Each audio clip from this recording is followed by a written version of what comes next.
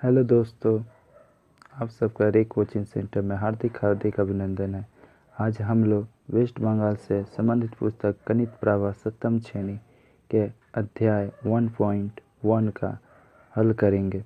आप सभी दर्शक जनों से अनुरोध है कि कृपया हमारे यूट्यूब चैनल रे कोचिंग सेंटर्स को सब्सक्राइब करें एवं लाइक करें, ताकि हमारा द्वारा बनाया हुआ कोई भी वीडियो आप तक शीघ्र ही पहुंच सके। चलिए हल करते हैं। यहाँ बोल रहे आपका क्वेश्चन है कि सितारा बेगम के दुकान में 60 अमरूद थे। उसने कुल अमरूद का 1/4 भाग बेच दिया। अब उसके पास कितना अमरूद बचा है, बताओ। चलिए देखिए, तो कुल अमरूद हो गया आपका, कुल अमरूद कितना है तो 60। बेचा कितना, तो बेचा बराबर हुआ कुल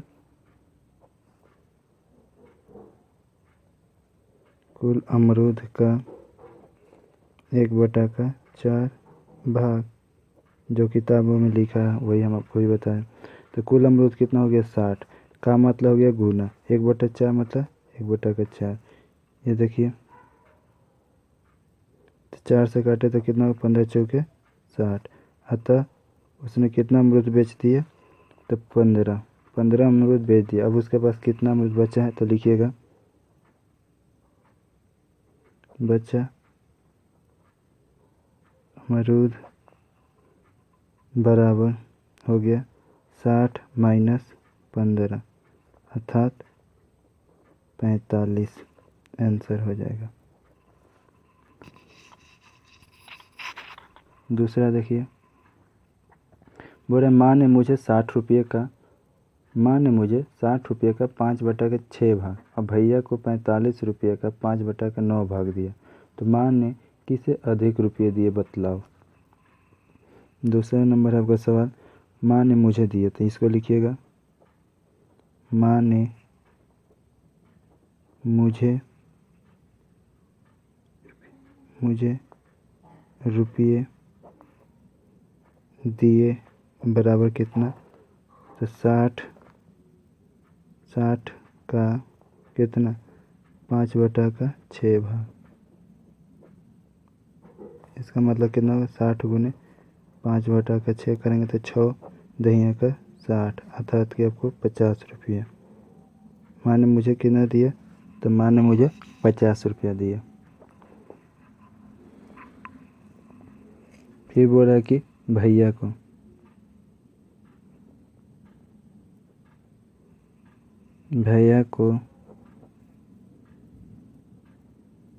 रुपये दिए बराबर कितना हो गया, तो 45 का कितना है 5/9 भाग।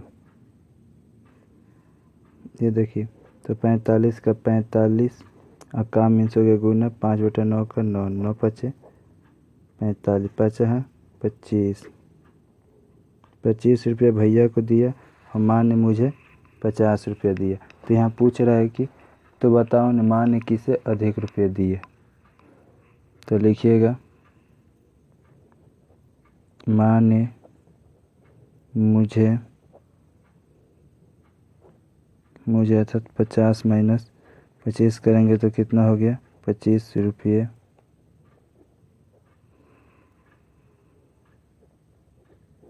अधिक दिए।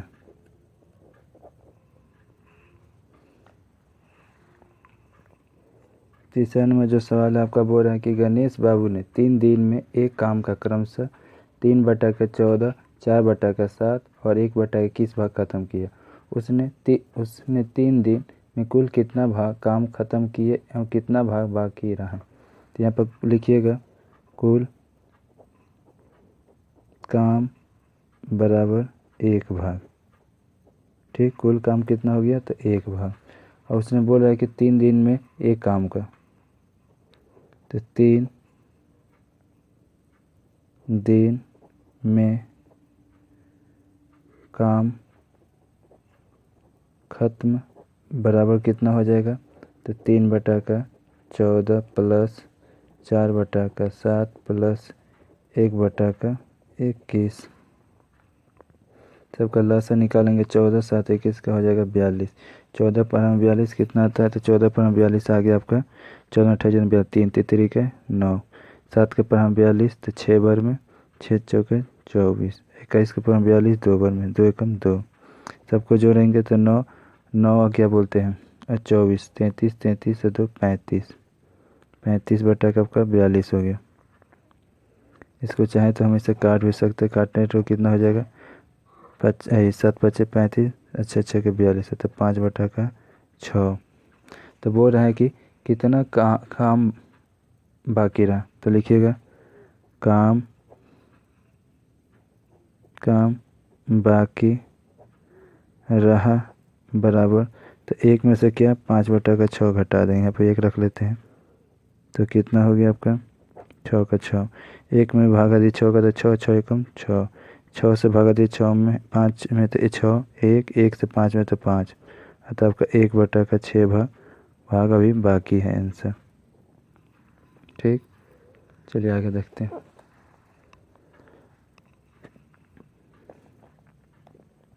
4 नंबर बोल रहा है कि एक बांस का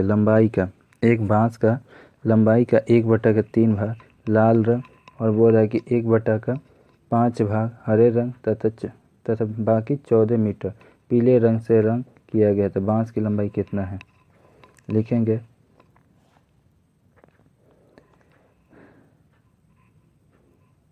बांस की लंबाई बराबर बांस की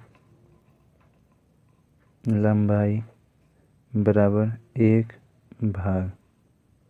ठीक, बांस की लंबाई कितना हो गया, तो आपका हो रहा है कि 1 भाग।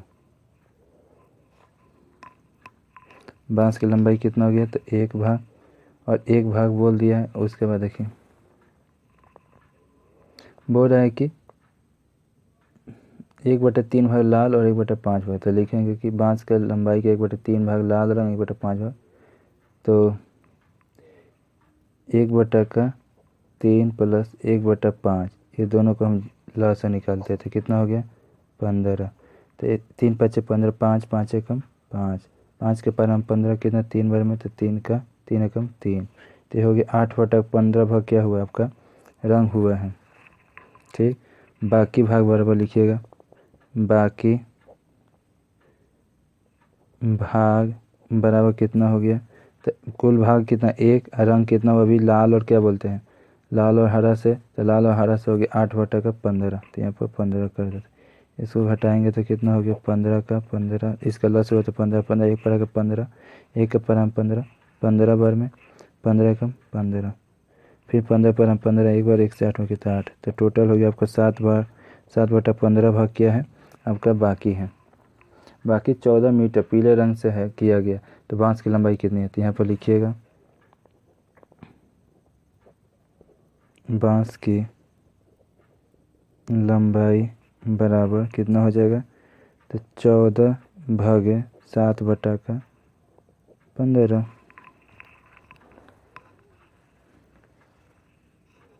ये देखिए 14 का 14 गुना के चिन्ह दे दिए। ये क्या 15 ऊपर चला जाएगा नीचे 7 हो जाएगा 7 दूनी का 14 अर्थात हो गया आपका 30 मीटर। 30 मीटर क्या हो गया 30 मीटर बांस की लंबाई आंसर हो गया।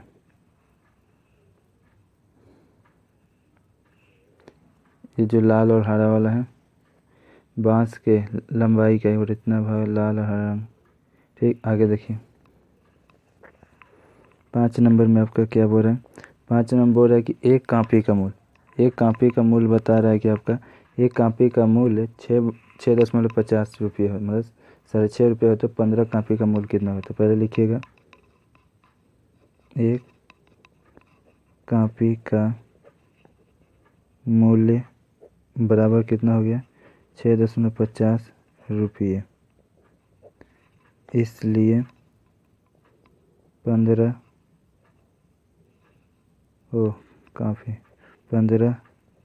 कापी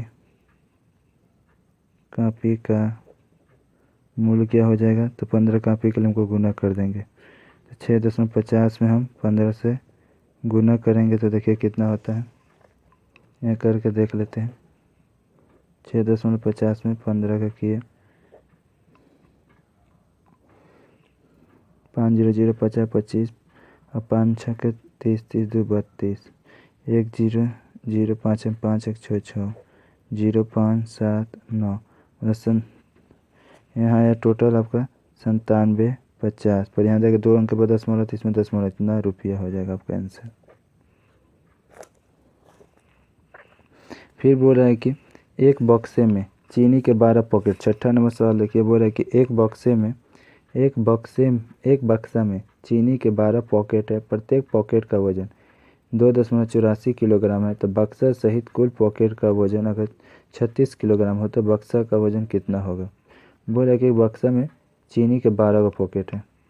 तो सबसे पहले 6ठा नंबर देखिए, तो एक पॉकेट का वजन पहले सबसे पहले लिखेंगे, एक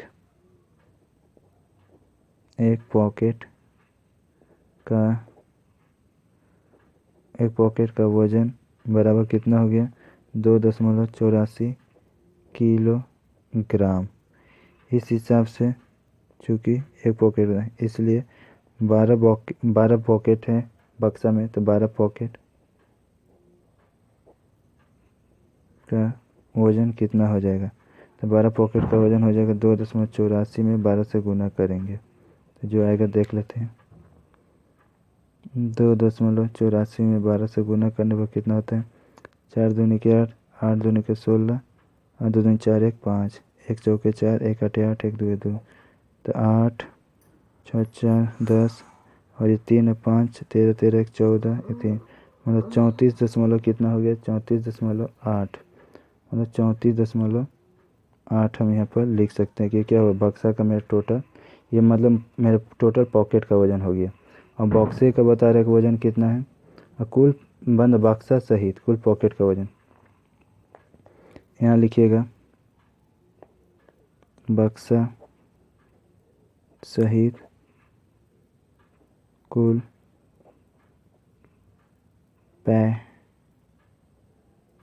पैकेटों का वज़न बराबर कितना हो गया, 36 किलोग्राम।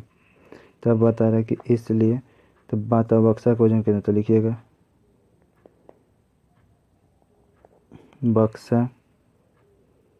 बक्सा का वज़न बराबर हो जाएगा आपका, टोटल कितना है पूरा बक्सा सही 36 माइनस क्या करेंगे 34.8 को घटा लेंगे। घटाने पर देखिए क्या होता है,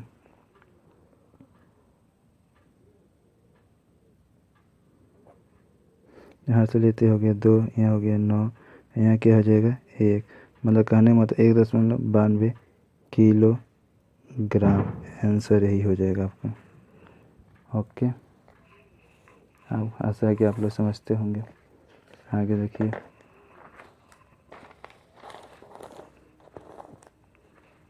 बोल रहा है कि एक बोरा चावल के परिणाम का 0.7 भाग का मूल्य 1800 रुपये है, तो उसके 0.15 भाग का मूल्य कितना होगा। सबसे पहले लिखेंगे कि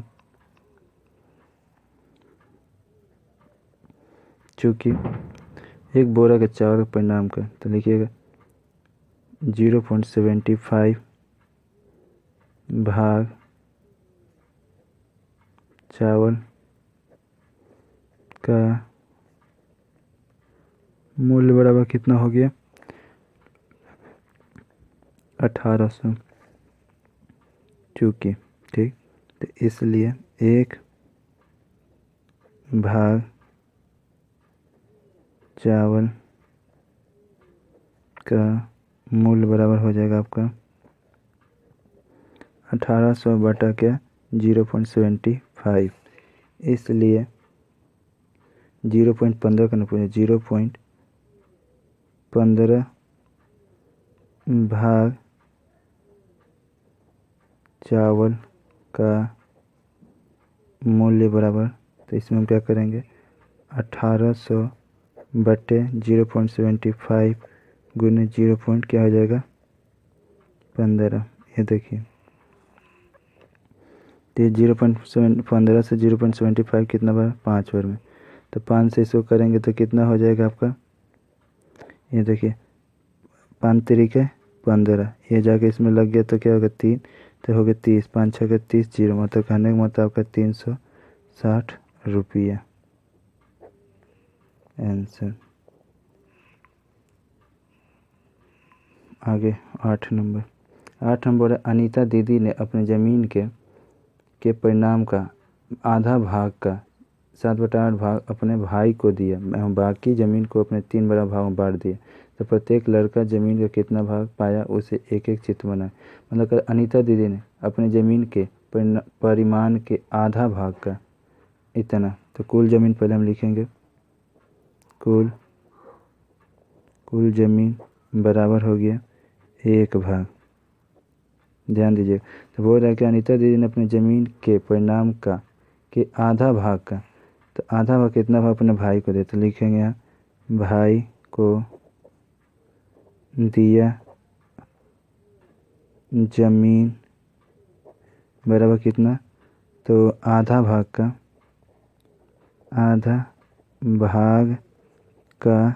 7/8, तो आधा भाग कितना हो गया 1/2 का 7/8 करेंगे तो कितना हो जाएगा 7 एकम 7, 7 8 16, तो इतना भाग दे दिया भाई को दिया एवं बाकी ज़मीन को, तो बाकी कितना हो जाएगा, बाकी ज़मीन बराबर हो गया 1 से 7/16 को घटा देंगे, यहाँ पे 1 रख लीजिएगा अपने मन से। ये देखिए 16 का 16, 1 के पारा में 16, 16 16 एकम 16, फिर 16 से के पारा में 16 के पारा में 16, 1 1 से 7, तो हो गया आपका 9/16 भाग क्या हो गया बाकी है।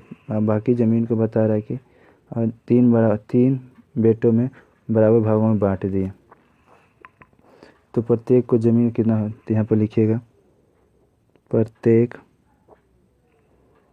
को ज़मीन पाया, प्रत्येक को ज़मीन पाया, प्रत्येक को ज़मीन मिला बराबर, तो 9 कितना हो गया 16 भागे 3, तो यहाँ देखिए 9/16 गुना करते ही भाग लिए हैं, तो क्या हो जाएगा 1 ऊपर चला गया और 3 नीचे, इसका 3 के 9, तो 3/16 भाग प्रत्येक को मिलेगा। आप सभी दर्शक जनों से हार्दिक अनुरोध है कि कृपया हमारे YouTube चैनल को सब्सक्राइब करें ताकि हमें प्रोत्साहन मिले और हम अधिक से अधिक वीडियो बना सकें। धन्यवाद।